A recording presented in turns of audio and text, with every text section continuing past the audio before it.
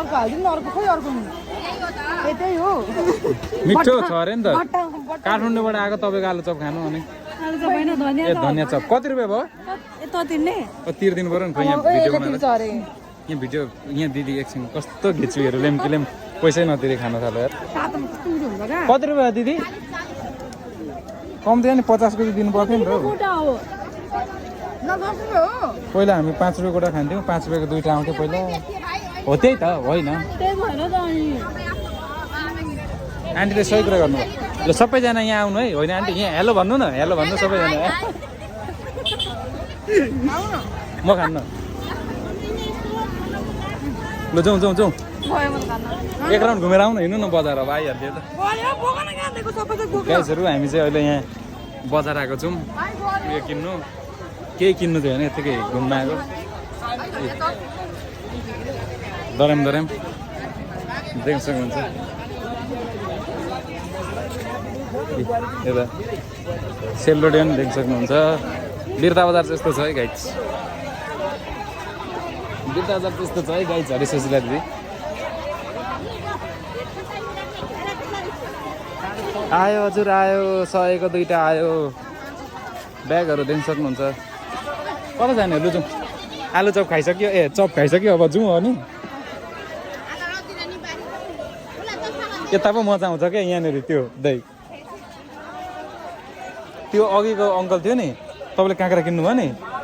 त्यो अङ्कलको मैले पाहाडमा बे खिचेको हो क्या त्यो चाहिँ त्यही छेउको बुढी हो क्या यिनीहरूको घर पाहाडै हो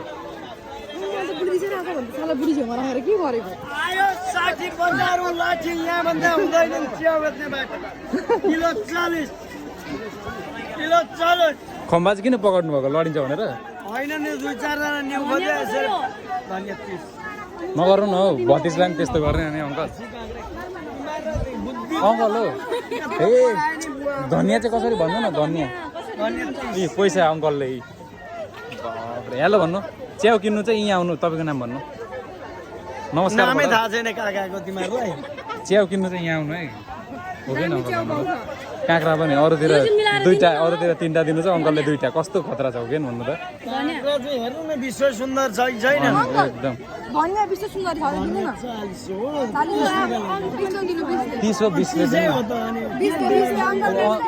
अन्ध्यारो भइसक्यो हेर्नु न बत्ती बलिसक्यो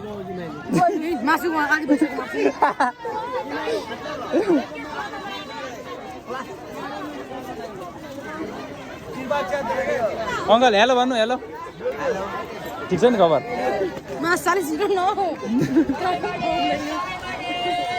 100मा 1.5 अरे 100मा 1.5 कहाँ गयो मोबाइल धनी कहाँ गयो माटोक्ने भागिदिन्छ नि फेरि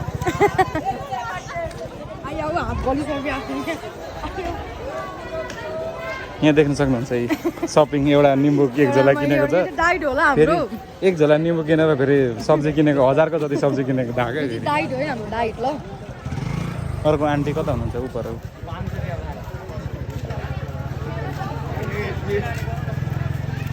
कसैले केही फ्याँकेको पाउँछ कि भनेर हेर्दै हेर्दै आउँदै थियो कि दिदी कसैले केही फ्याँकेको पाउँछ कि भनेर पुरा वरिपरि हेरेको हेर्दै हेर्दै यो भिडियो चाहिँ हेर्नु है तपाईँ मजा आउँछ पुरै यसरी हात डल्लो पर्छ क्या उहाँ जानु लङलङ गर्नु यो 650 मा 3 पिस टी सर्ट आयो हजुर आयो 650 मा 3 पिस हेलो भन्नु बहिनी ल एउटा मलाई हेलो यस्तो अरे हेलो दिदी हेलो ल गाइस अब चाहिँ हामीले यहीँनिर बन्द गर्नुपर्ने हुन्छ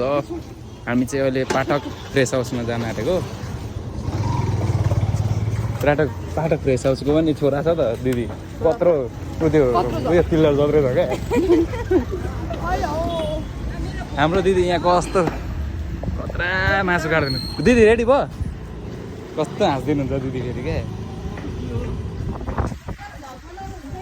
अब म त कस्तो खतरा नि हेलो पाठक फ्रेस हाउस है